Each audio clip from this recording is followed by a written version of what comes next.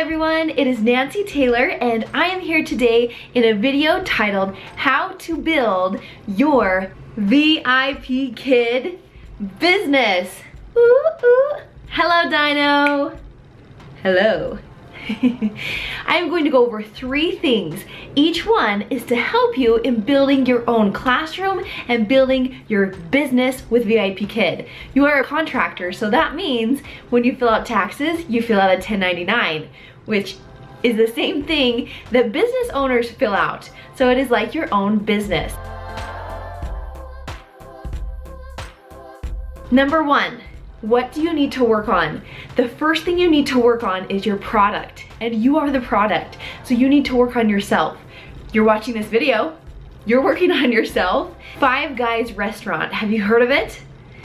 Back when it was being created by a dad and his 4 sons, they were taste testing mayo, and they tested 16 mayos. Why did they do this? They wanted the best quality mayonnaise. So they were blindfolded, they tasted them, tasted the mayo, and each one of them picked the most expensive mayo.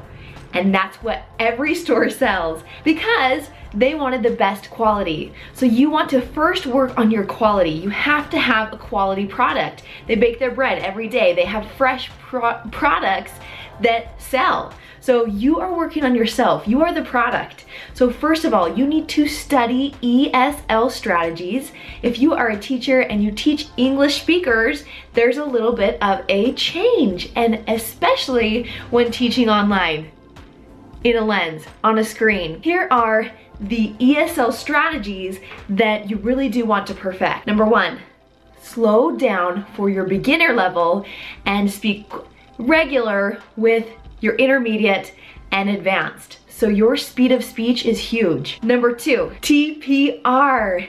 I see a fox. Good. Fox. I want the student to create the actions as well. They're not just staring at me and mimicking the audio. It's my kinesthetic learners. They're doing actions. My audio learners, they're listening. And my visual learners can see the visuals. Your TPR is well-rounded. Number 3 is repetition. So I need to make sure I have the student saying each vocabulary word at least 3 times. Country. Country. Country. Number 4, flipped classroom. I need to have my student in beginner level speaking 50% of the class. So it's a lot of I say, you repeat, and it's a lot of having the student take over. So after I model, I then just use TPR and circling on the screen to have the student speak. I see an apple. Good. I circle the next picture. What do you see? I might just circle and cut my ear. I don't say anything. I just use TPR and the screen. Ah. So I want the student to talk more than me. Use gradual release. I do, we do, you do. Number 5, target sentences. A lot of teachers, especially in the beginning level classes, will add in their own words. Now we are going to begin. This is the review. You don't need all of these extra words. If you are learning a new language, you want to keep it to the target sentences. I know with Ava, I talk to her regular. I do repetition and things, but I talk to her in a regular voice and I use regular sentences in my own language because there's a silent period where they don't talk for about 2 years.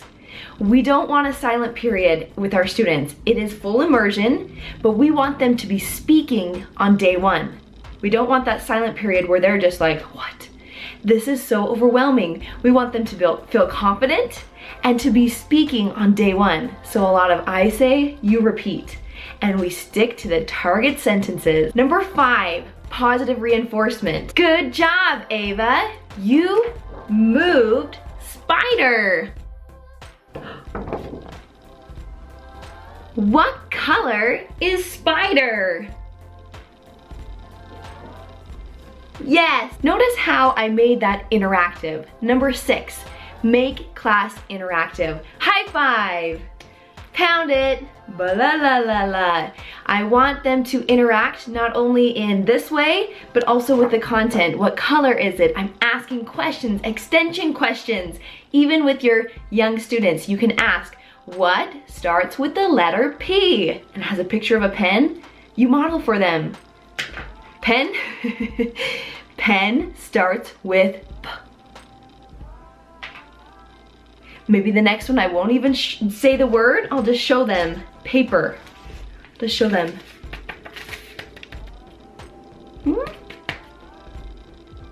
If they don't know, paper starts with P. Good. Make sure you have facial expressions, great energy, and that will finish up the tips I have for ESL strategies. After you've worked on mastering those and online, keeping your props in the screen, not over here, you want to have professional development. They have workshops. They have so many things on the Vipkid website for teacher training. Did you really watch all of the videos in your training? Did you really apply them? Or were you just skimming through them to just check something off? You really have to have the goal to really fully digest and take in this information so you can apply it and use it in the classroom. I was able to finish my TESOL certificate with ASU through Vipkid with the Coursera? Don't know how to say that. They were combined together, ASU, Coursera, and we were working through Vipkid. So this partnership allowed 500 teachers to get their TESOL certificate working on the product. A big no-no. Make sure when you're first starting that you don't spend time on fluff. I remember teaching full-time and it was the week before the first day of school, which is great for right now because students are going back to school right now.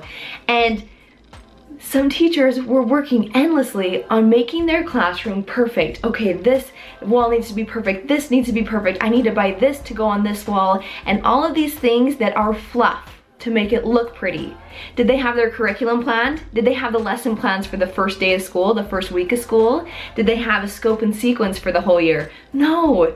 You need to make sure you focus on the curriculum, you focus on the target sentences, the content that you were teaching more than your props and more than your background, which these are important. They do enhance your classroom, but the most important thing is to be teaching the objectives and to teach to the students' understanding. So don't get lost in the fluff. It's so fluffy, I could die. Name that movie. All right, the second part, we've talked about the product, the second part is your students. And for this portion, I'm going to link several videos because I've created videos that really target this. In building your schedule, you are focusing on the student. And to adjust your teaching so that it fits each child's needs, it takes time and it takes practice. There isn't a class that is the exact same because every student's learning style is different, every student's level is different. Even if they're on the very same lesson, they could be advanced, they could be intermediate, they could still be beginner and struggle on that level. So practice and time will be your best friend as you're mastering how to adjust your teaching to the student. So it's not going to be exactly how I prepared it because the student might know a lot about insects but need a lot of help on the grammar. So I prepare myself, I have my props, I have my tools, I know the target sentences, the objectives, but I have to adjust to the student. And that is so important. I will link a video on how to increase your bookings, and that can allow you to practice and to see more students. The second thing is get a head start on leveling. With the students, you have level 1, 2, 3, 4, 5, 6, and we now have 7. 7 levels. The third thing we are going to cover today is recruiting, and this could be a video in and of itself. So, go grab your popcorn, get your notebook, and let's write away.